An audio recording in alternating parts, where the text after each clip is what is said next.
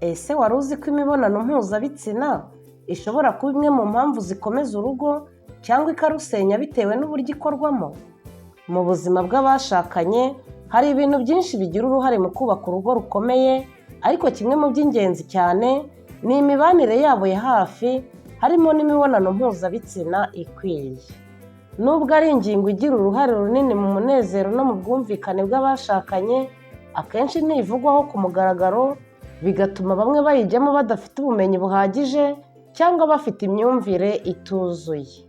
Hari igihe usanga abantu babana barashyingiranywe ariko ntibumvikane kuri iyi ngingo, bitewe n'uko buri wese aba afite uko abyumva, uko yabyize cyangwa se afite ibyo yanyuzemo mbere y'uko bahuza umubano.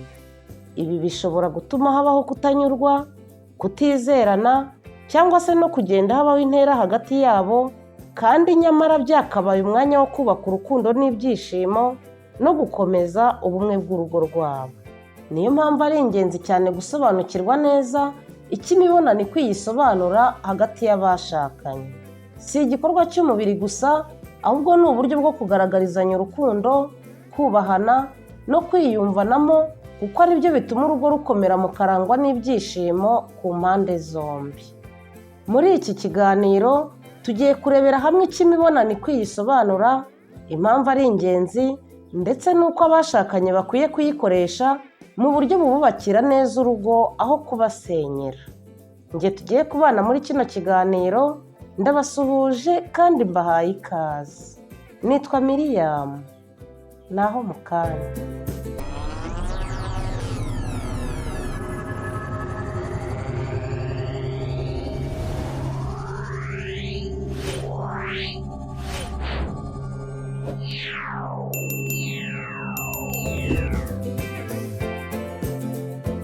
Imibonano mpuzabitsina ikwiye hagati y'abashakanye si iy'umubiri gusa, ahubwo ni ihuriro ry'urukundo, icyizere, kubahana no kugirirana ubwumvikane.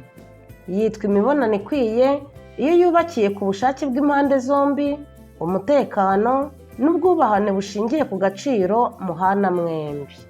Reka tubisobanure neza.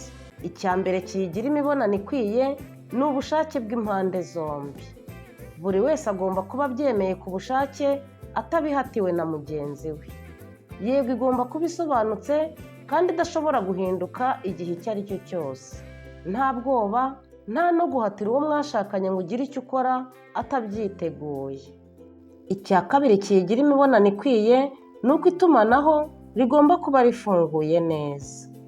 Birakwiye ko mugirana ibiganiro ku byo mukunda, ibyo mutifuza ko byabitambika mu mibanire yanyu, ndetse mugashyiraho n'imbibi zikwiye. Ni byiza kuvuga uko wiyumva mbere y'igikorwa, mu gikorwa hagati na nyuma y'igikorwa cy'imibonano. Mwembi muba mugomba kwemera kunoza no guhindura uko mukora ibintu bitewe n'ibitekerezo by'umwe ndetse n'iby'undi. Uburyo bwiza bwo kubikora ni ubu: mugomba gushyiraho umwanya wo kuganira mutari mu buriri, kandi mugakoresha amagambo yubaka atagayana. Icya gatatu ni urukundo n'icyubahiro. Imibonano ikwiye irangwa no kubahana mu mvugo no mu bikorwa, kutabwira mugenzi wawe amagambo amutesha agaciro, kutamugereranya n'abandi, kuko niyo wabikora rimwe gusa ntabwo umubiri wongera kukwishimira iteka. Mubikora yigaye imbere yawe mu mutima ntabikwereke, ariko ntagufasha mu bwenge bwe nk'uko yakabaye abikora mu gihe nta kibi yibitsemo cyaguturutseho. Urukundo rugaragarira mu gufatana mu biganza, guhoberana cyangwa se n'ibindi bimenyetso bitandukanye. Ikindi kandi birakwiye kwita ku byiyumvo by'uwo mwashakanye, nibwo rwogera. Icya kane ni umutekano w'ubuzima bw'imyororokere. Kumenya uko muhagaze ku ndwara zandurira mu mibonano mpuzabitsina ni ingenzi cyane.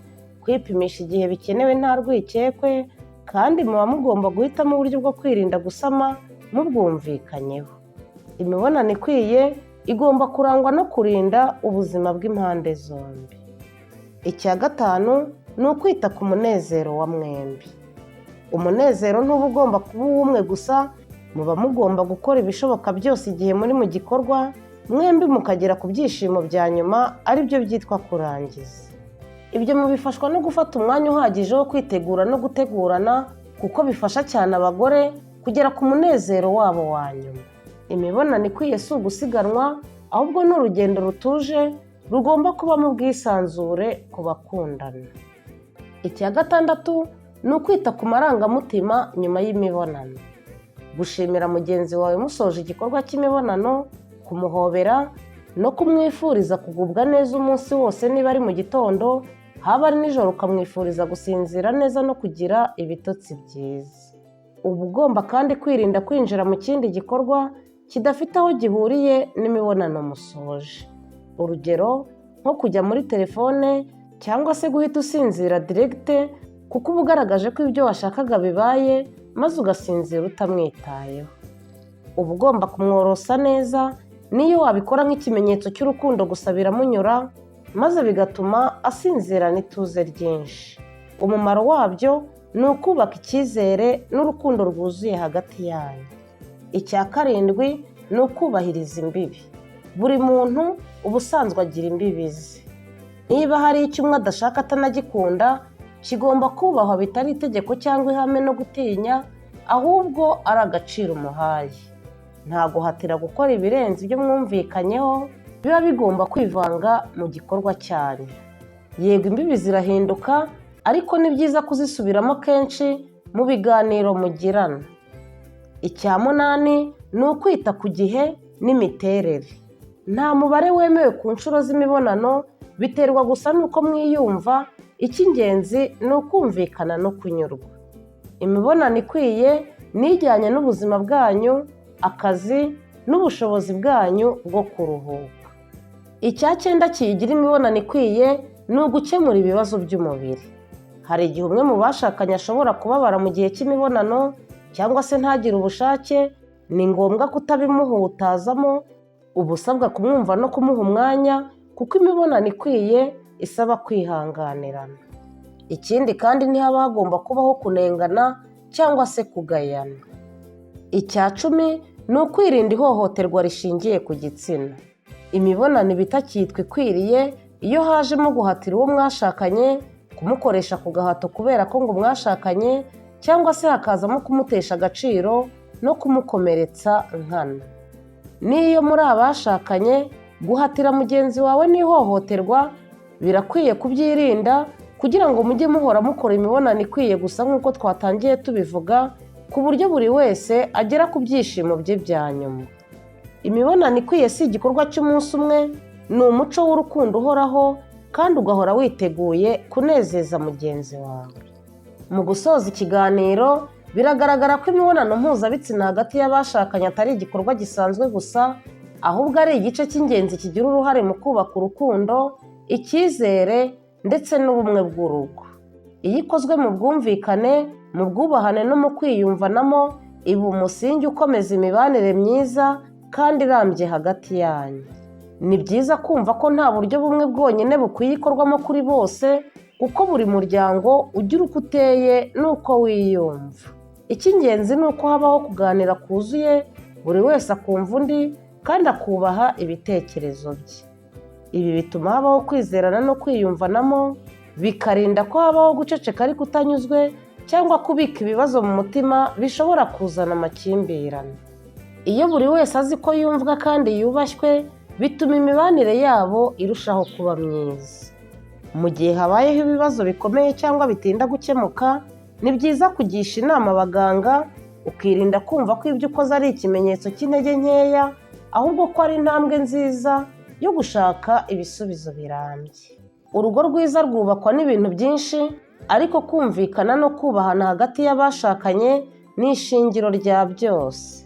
Bityo rero imibonano ikwiye hagati y'abashakanye nk'uko ikiganiro cyacu kibivugaho, igomba kuba ishingiye ku bushake bw'impande zombi, itumanaho rifunguye, ubwubahane, umutekano w'ubuzima no kwita ku munezero w'umwe ndetse n'undi, nta gahato, nta guterwa ubwoba, nta no guteshwa agaciro kubayeho.